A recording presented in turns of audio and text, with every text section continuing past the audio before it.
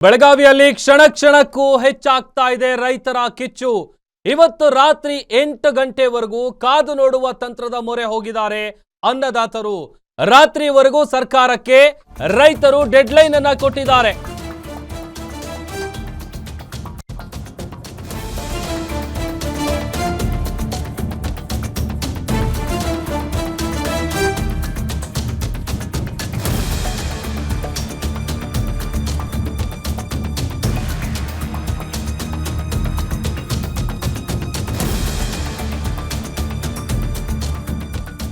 ಇವತ್ತು ರಾತ್ರಿವರೆಗೂ ಸರ್ಕಾರಕ್ಕೆ ರೈತರು ಡೆಡ್ಲೈನ್ ಕೊಟ್ಟಿದ್ದಾರೆ. ಕ್ಷಣ ಕ್ಷಣಕ್ಕೂ ಜಾಸ್ತಿ ಆಗ್ತಾ ಇದೆ ರೈತರ ಕಿಚ್ಚು.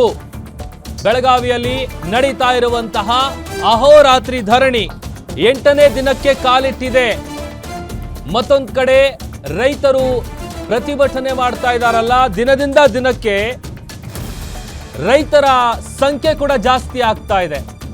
ಲಕ್ಷಾಂತರ ಸಂಖ್ಯೆಯಲ್ಲಿ ಅನ್ನದಾತರು ಬೀದಿಗಿಳಿದು ಪ್ರತಿಭಟಿಸ್ತಾ ಇದ್ದಾರೆ. ಇವತ್ತು ರಾತ್ರಿ ಡೆಡ್ಲೈನ್ ಕೊಟ್ಟಿದ್ದಾರೆ.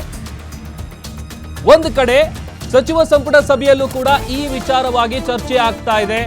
ಪ್ರತಿಭಟನೆಯಲ್ಲಿ ಸಾಗರೋಪಾದಿಯಾಗಿ ಜನ ಹರಿದು ಬರ್ತಾ ಇದ್ದಾರೆ. ಮಂಡ್ಯ, ಮೈಸೂರು, ಕೊಡಗು, ಶಿವಮೊಗ್ಗ ರೈತರಿಂದಲೂ ಕೂಡ ಬೆಂಬಲ ವ್ಯಕ್ತವಾಗ್ತಾ ಇದೆ.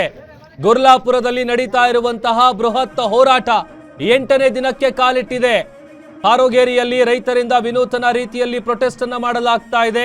ರೈತರ ಪ್ರತಿಭಟನೆಯಲ್ಲಿ ಎತ್ತುಗಳು ಸಹ ಭಾಗಿಯಾಗಿದೆ. ಎತ್ತಿನ ಮೇಲೆ ಪ್ರತಿ ಟನ್ಗೆ 3,500 ರೂಪಾಯಿ ನೀಡಬೇಕು ಅಂತ ಬರೆಯಲಾಗಿದೆ. ದೃಶ್ಯದಲ್ಲಿ ಗಮನಿಸ್ತಾ ಇದೀವಿ ನೋಡಿ. ರೈತರ ಪ್ರತಿಭಟನೆಗೆ ಭಾರತೀಯ ವೈದ್ಯಕೀಯ ಸಂಘದಿಂದಲೂ ಕೂಡ ಬೆಂಬಲ ಸಿಕ್ಕಿದೆ.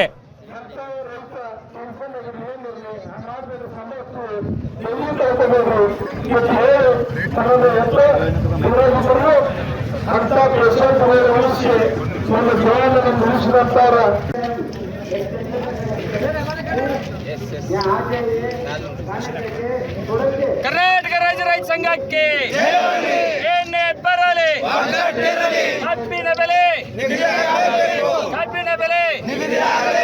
ಕರ್ನಾಟಕ ರಾಜ್ಯ ರೈತ ಸಂಘಕ್ಕೆ, ಭಾರತೀಯ ವೈದ್ಯಕೀಯ ಸಂಘಕ್ಕೆ, ಹಾರೋಗೇರಿಯ ಭಾರತೀಯ ವೈದ್ಯಕೀಯ ಸಂಘಕ್ಕೆ ಏನೇ ಬರಲಿ ಕರ್ನಾಟಕ ರಾಜ್ಯ ರೈತ ಸಂಘಕ್ಕೆ, ಸಕ್ಕರೆ ಸಚಿವನಿಗೆ ಹೋರಾಟ ಬದ್ದಲ್ಲೊಂದು ಈಗ ಇಲ್ಲಿವರೆಗೆ ನಮ್ಮ ರೈತರು ಇದೊಂದು ಯಾವುದು ಕಂಡರಿ ಅಂತ ಒಂದು ಚಳವಳಿ ಮಾಡ್ತಿದ್ದಾರೆ. ಇವತ್ತು ಸತ್ತು ಹಾರೋಗೇರಿ ಕ್ಲಾಸಲ್ಲಿ 6ನೇ ದಿವಸ ಇವತ್ತು. ಯಾಕಂದ್ರೆ ರೈತರು ಎಲ್ಲರೂ ತಮ್ಮ ಎಲ್ಲ ಕೆಲಸಗಳನ್ನು ಒಂದು ಏನು ತಮ್ಮ ಮನೆ ಮಠ ನೋಡಲ್ಲದೆ ರೈತರಿಗೋಸ್ಕರ ಎಲ್ಲರೂ ರೈತರ ಒಳಿತರಿಗೋಸ್ಕರ ಬಂದು ರೈತ ಒಂದು ಚಳವಳಿ ಮಾಡ್ತಾರೆ. ಒಳ್ಳೆಯರಿಗೆ ಆಗುವಂಥದ್ದು ಅವ್ರಿಗೆ ಯಾವತ್ತೂ ವಂದನೆಗಳನ್ನು ಅವರಿಗೆ ನಾವು ಶುಭಾಶಯ ಹೇಳಬೇಕು. ಯಾಕಂದರೆ ಅವರು ತಮ್ಮ ಈಗ ಒಂದು ಹಣದ ಅಮಲಿನಲ್ಲಿದ್ದಾರೆ. ಅವರಿಗೆ ರೈತರ ಬದಲು ಗೊತ್ತಿಲ್ಲ, ಹೊಲ ದುಡಿದು ಗೊತ್ತಿಲ್ಲ. ಯಾಕಂದ್ರೆ ಅವ್ರು ಸರ್ಕಾರ ಏನೈತೆ ಅಂದ್ರೆ ಎಲ್ಲರೂ ದುಡ್ಡು ಜಾಸ್ತಿ ಇದೆ. ಹೊಲದಾಗ ಕೆಲಸ ಮಾಡಿ ರೈತರ ಹತ್ರ ಕಬ್ಬ ಕಳಿಸ್ತಿದ್ರೆ ಅವ್ರಿಗೆ ಗೊತ್ತಾಗ್ತಿತ್ತು. ಹಿಂಗಾಗಿ ಅವ್ರಿಗೆ ನೆನಪು ಬರೋದಿಲ್ಲ. ಅವರವರ ಒಂದು ಯಾಕಂದ್ರೆ ಬಂದ್ರಂದ್ರೆ ಇಲ್ಲಿ ತೊಂದರೆ ಯಾಕಂದ್ರೆ ಗೊತ್ತೈತೆ ಅವ್ರಿಗೆ.